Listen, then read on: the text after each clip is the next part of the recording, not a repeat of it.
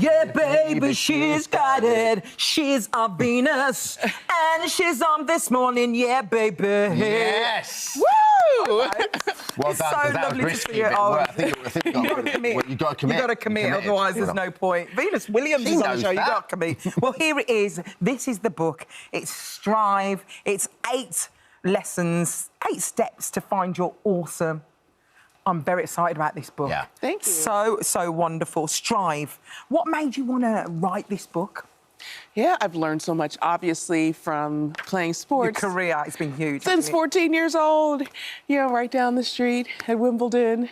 It was good times, and you learned so much on the court. And life is sport, and sport is life. We were just talking about sport, actually, before, and, you know, football, go Dolphins. Big American football fan. American She's football. one of the owners of the Miami Dolphins. You're my team, I know. I just played with the So Dolphins when I excited. went to Florida. No way. I'm not even joking, yeah. I had some techniques. owns some. Small I didn't know world. this. Small world. Oh, amazing. Yeah, but I wanted to just share those lessons that I've learned on the court about winning, losing, failure, resilience, setting goals, being a leader in your own life and in others' lives too. And everything is right there. And everything I've learned, especially the space in my life, I just want to share everything, you know. I don't know if you guys feel like that too. It's like, I've got all this knowledge, let me tell you about it. It is a lot of knowledge. Would it be like, it's not just confined to sport, right? This is just like how people should approach their life. Yeah, absolutely. Not everyone is going to go to play professional sports. It's a dream come true if you get there, but life is a sport, right? You got to play it like a sport. Yeah. And so what I wanted to share was, and put into words too, it came out in 8 steps, all the things that I practice.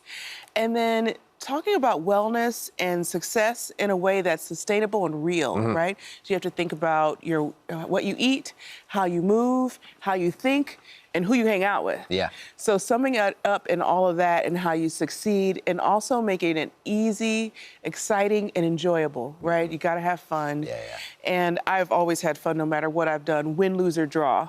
And so if you can make it that way, it's easy to be much more successful and to be well. Yeah. But you don't give yourself credit for your successes. Well, you hadn't in the past. You hadn't given yourself credit for your successes to the point where it kind of ruined a score of a match. Like you were doing, if you look back and you look at the match, you were actually up on the match. And then when you were assessing it in your own mind, you were actually saying, this is terrible. Yeah, I was playing a match at the U.S. Open quarterfinals, big match. I was up a set, if anybody plays tennis, you know, up 6-2, 3-1, which is basically the match is over. And I was so hard on myself that it wasn't perfect that I ended up losing the entire match. And it wasn't until later that I really realized the score line and that perfection, you can go for it, but if you don't achieve it at that moment, you can't beat yourself up. So it's as important as it is to be your own best critic, because I don't say worst critic, best critic, you also have to pat yourself on the back for your successes, because with each step that you take, you have to reward yourself too and say, I've done a great job, I want to do this part better. But if you only criticize yourself, then at some point you're not going to make it to where you'd like to go. Also, like, there's got to be a sense of like, you're so lucky. But you work so hard and you're so lucky to be doing what you love every day. There's sometimes when especially in a game like tennis, when it's like, it's just you. Yeah. Sometimes you forget how much you love that game, I suppose, right? Because it's just, it's your everyday and it's hard. It takes such a toll on your body and your mind. I guess sometimes you need to remind yourself, I'm doing this because I love this game. Yeah. Exactly, and that's one of the tenets of the book, one of the 8 tenets, appreciate. Appreciate yourself, appreciate your diet, appreciate those around you. Find something to appreciate every day in those, 4 areas. And when you do that, then you're able to focus on the positive. And you're also able to appreciate even maybe wanting to improve, but just appreciate it.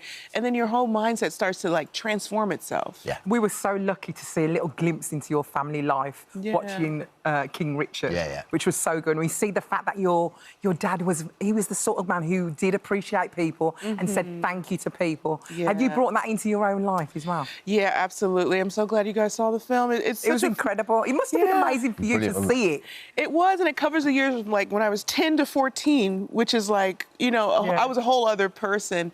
And it's a movie about family with tennis, right? Because everybody's got a family, and it shows everyone in our family and how we kind of, did this family thing. And, we didn't get to watch like a lot of cartoons growing up. My dad was always educational programs. So one day he's like, you get to watch Cinderella. We're like, what? This is weird. And so at the end, he asked us all a question, which he always asked us questions. We're like, okay, here it is. Here's the catch. And he said, what's the most important part of the film? And so it started from oldest to youngest. I'm number 4 or 5. And we all had to guess something. You couldn't say, I don't know. And so we all answered, and he said, the most important part is when she said to the fairy godmother, thank you so much, this is more than I could have ever dreamed of. So he wanted us to always appreciate, always to be grateful of what was happening in that moment, and to celebrate others, too, while you're doing it. So nice, isn't it? So lovely. It wasn't the shoes or the prince, it was the thank you. Aww. You talk about health in the book, and obviously, it's very important to you. I love the story, though, that when you and Serena were like on a vegan retreat, you both escaped for a quick steak before you started. Yes. Yes. So Serena recommended I go to this retreat. She didn't actually go. My older sister, Isha, who's here. Hi, Isha. We actually went, and it was like, I don't know, I was diagnosed with an autoimmune disease. Can you imagine? Shocker. You spend your whole life as an athlete, and then you're just stopped in your tracks. And so it was down the street, and we go to orientation. And when we realized what we were getting into... It was like 3 weeks, wasn't it? We only signed up for 1 week at first. And we looked at each other and we're like, you want to get a steak? We ran to the nearest place, got a steak, got dessert, got the fixings. And then we dived in, and then we learned so much that each week we kept extending until we finished the 3-week life change program. And I learned so much. It was an opening, and I was able to appreciate that, through this challenge, I was able to actually get even more control of my health. Yeah. And to understand, what's happening in our food system, what a lot of illness comes from, all these kinds of things, to just be healthy. But, Babs, every now and again you need a treat, and we know that you love your American sweets. She's got a sweet tooth, but you can't track them down. But so we've just done a little... Kidding? Well, Are you kidding? Well, we've done this for you, so I sincerely hope we got it right. Jesus Christ. What are those? Sweet tarts. This is the way to my heart.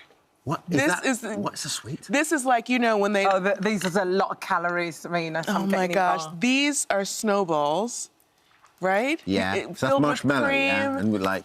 Oh, my God. Oh, I don't like it. Oh, that's so sour. They're so sour, but they're so good. It's delicious. Just pretend to like it. Just for now. Oh, I like it. Oh, my God. Yeah. Yeah, and these are new. Are these like Skittles or something? Yeah, I think so. Do you like them? Well, enjoy. Enjoy. The new book is out now. Strive. Thank you so much. And can we just say thank you for being a trailblazer? When you made the same sex tennis players get the same money as men, that was such a massive achievement. You must have been so proud in that moment. Thank you so much. I mean, growing up, I started playing tennis at 4 years old, so I don't remember learning how to play. And I just always wanted to get to Wimbledon, just like anyone else who plays tennis, obviously, and you finally get there, and you realize, good God, it's not equal prize money. It's not equal. And I was also, I think I just turned 17, so I was just a kid. It's just such a slap in the face. Yeah, sure. So to be able to work towards that was beyond my dream. I hadn't imagined that, and now I'm just so happy that no young girl will ever have to experience that, or woman. Yeah. And if my niece plays, fingers crossed, she'll never have to experience that. Listen, thank you for joining us. You're incredible. Thank you, guys. Such a great chat. Some other incredible Thank you so much for visiting our This Morning YouTube channel. We upload new content every single day, so go ahead and hit that subscribe button, and we'll see you in the morning.